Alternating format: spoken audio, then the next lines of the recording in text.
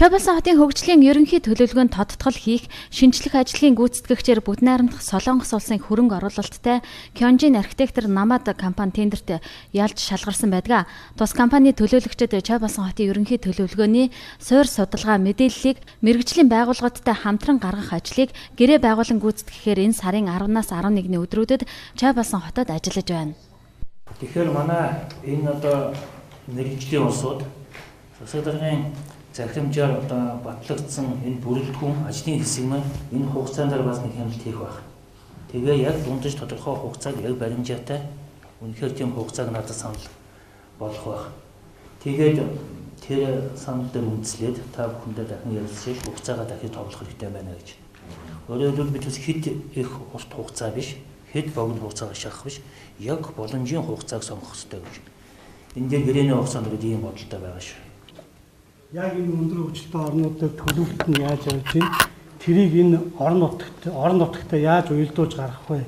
Дээр нь суурьшлийн бүсийг яаж энэтэй уялдуулах вэ гэдэг анхан шатны бичиг баримтан дээрээс бол өнөөдөр та нарт бол ер нь 2-3 хувирлыг оруулж ирэх бол хугацаа бол боломжийн гарсан байх гэж миний хувьд бол бодож байгаа. Тэгэхээр Чойболсон хотод амьдарч байгаагийн хувьд бол ер нь хүн болгон энэ Чойболсон хотын төлөвлөлтийг нэг гоё юм гараасаа. Ийм байдлаар ер нь энэ хүмүүс өөрсдөө энэ дэр бодож байгаа байлгүй, өөрсдөө бодож байгаа юу бас хэлэх байлгүй. Бүд найрамдах Солонгос улсын хөрөнгө оруулалттай Kyonjin архитектор Намад компаниас 2015 оны 3 сар гэхэд Чойболсон хотын хөгжлийн ерөнхий төлөвлөгөө гаргахаар ажиллаж байгаа юм.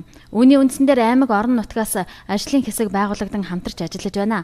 Бүд найрамдах Солонгос улсын хөрөнгө оруулалттай Kyonjin архитектор Намад компаниас анх тендерт ялж гэрээ хийхдээ 5,000 га газар төлөвлөлт хийхээр тогтсон юм. Чойболсон хотын хувьд хэрлэн голоо даган сунаж тогтсон байрлалтай ба энэ нь сул тал ихтэй байдаг байна.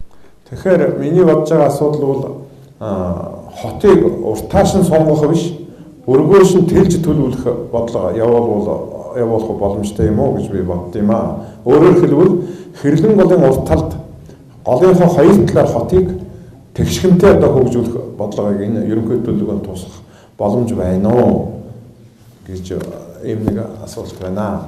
있는지 이제 100%가 이제 다 주사가 댐참 기계 공급하다.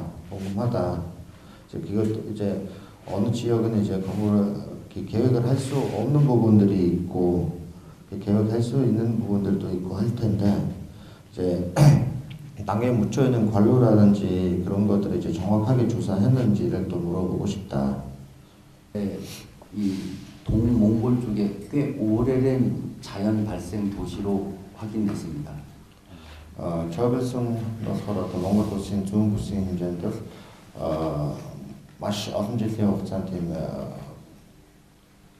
байгуулагдаж ирсэн тийм түүх тод гэдэг нь биднээс ойлгосон.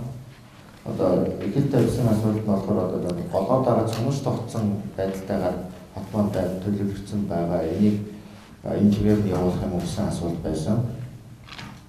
그래서 거기서 나타나는 단점을 극복하기 위해서 남북 쪽이나 중앙 중심적으로 했으면 어떻겠냐고 질문하셨습니다. тэрийг одоо илүү сайжруулахын тулд одоо голынхаа хоёр талаар тэнцвэртэй байдлаар хөгжүүлэх ямар вэ гэсэн санал тавьсан байгаа.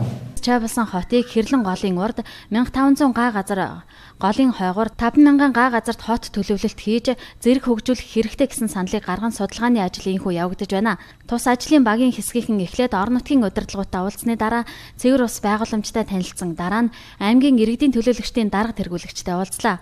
Энэ тухай үзэгч та бүхэндээ дэлгэрэнгүйгээр нэвтрүүлэг болгон хүргэх болно.